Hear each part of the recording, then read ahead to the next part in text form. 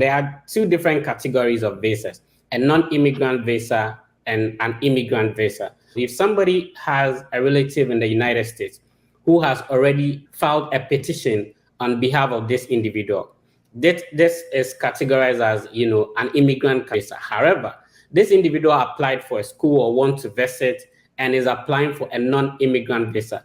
How do such an individual who has an immigration petition already filed for him or her prove that, I am a non-immigrant? For example, I'm coming to school, so I'm a genuine student and I wouldn't be an immigrant.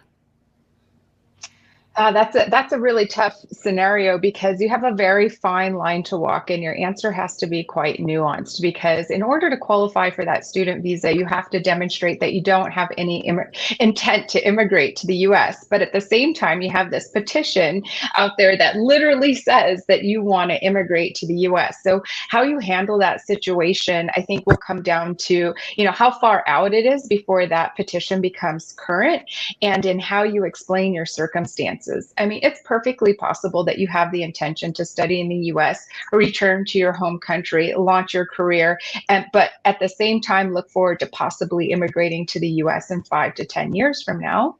So you can explain it that way.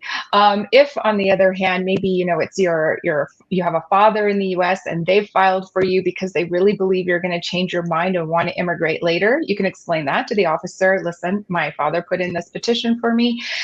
He really wants me to immigrate to the U.S., but that's not in my plans, and explain it that way. So it really comes down to your personal circumstances, but you will have to be ready to explain why it is that you have these two seemingly conflicting applications out there, because both can't be true at the same time.